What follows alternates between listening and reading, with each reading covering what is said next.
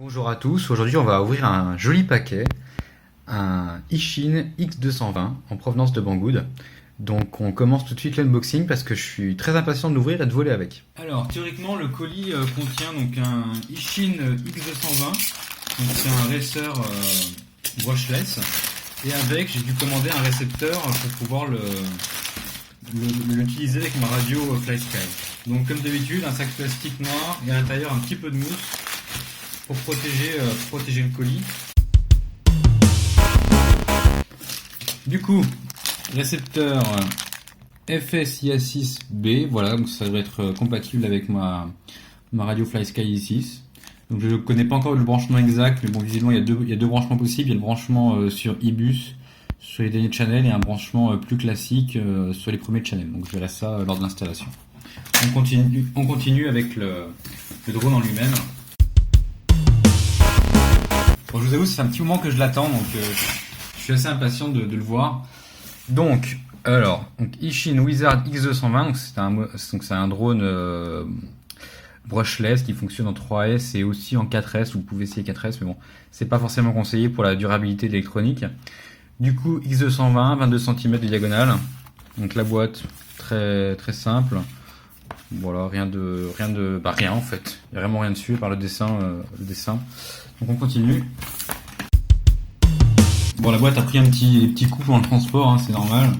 Elle est passée par donc la Chine, Hong Kong, les Seychelles pour arriver jusqu'en France. Donc elle a bien voyagé, comme d'habitude. Alors.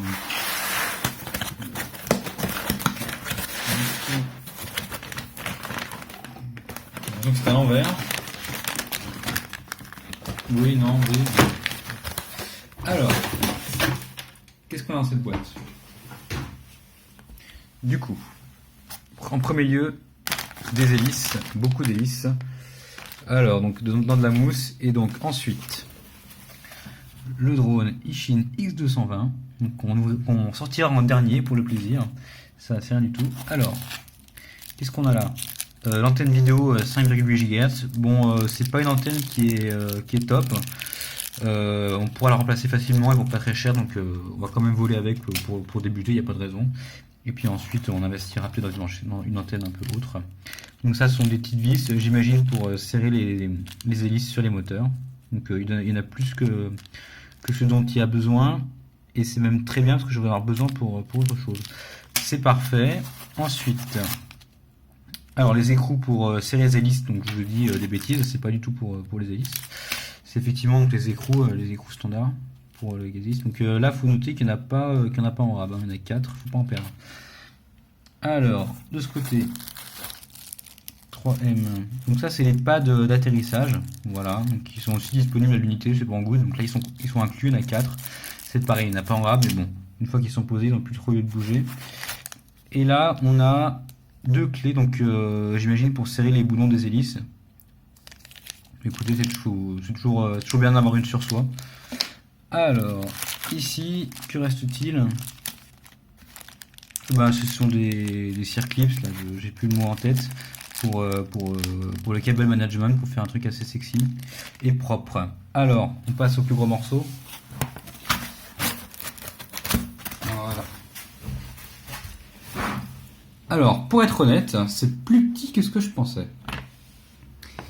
C'est plus petit que ce que je pensais, mais bon, c'est une bonne surprise. Par rapport aux 250 de mes collègues, ça paraît petit, mais il est assez lourd, il paraît de bonne qualité. Le carbone est super épais, donc j'imagine que ça va être solide, et c'est le but. Voilà, il y a des beaux moteurs violets. Devant, on a une caméra, bien sûr. Je connais pas les caractéristiques exactes. Donc elle est réglable en inclinaison avec les petites vis sur les côtés que vous voyez ici. Voilà, la même de l'autre côté. Alors la caméra, voilà. Donc les ESC 20 ampères. Les moteurs, donc ce sont des 2205, 2300 kV, made in China. Voilà, pas très surprenant, mais made in China. Donc là, à l'arrière, là où se branche l'antenne, donc je le dis pour pas se faire avoir, ne jamais mettre le drone sous tension sans avoir mis l'antenne vidéo, sinon le transmetteur va cramer. Voilà, donc petite erreur à ne pas faire. On a la prise XT60 qui va là, donc j'ai aussi commandé des batteries qui sont pas encore arrivées, mais j'en ai d'autres en rab, donc j'utilise avec ça. Sur le dessus, on a un strap batterie qui est plutôt imposant et qui a l'air plutôt solide. Donc ça, c'est une bonne surprise, on va pas perdre les batteries. Et je vous propose, donc alors là, juste voilà, donc effectivement le petit câble micro USB pour un accès facile. Pour les paramétrages sur CleanFlight ou Betaflight, je crois que celui-ci est sur Beta, si je ne dis rien. Si je ne dis pas de bêtises plutôt. En dessous, donc, on peut constater que donc il y a une frame principale, les 4 bras sont indépendants, donc ils peuvent se changer séparément, et qu'ensuite il y a une croix en dessous pour fixer ça. Voilà. Là il y a des LED qu'on allumera tout à l'heure. Donc les LED, voilà. Théoriquement il y a 2 rouges, 2 vertes. À l'intérieur, donc on aperçoit la carte SP Racing F3 à l'arrière, voilà, rien de spécial. Un peu de poussière, on dirait. Ouais, non, je sais pas.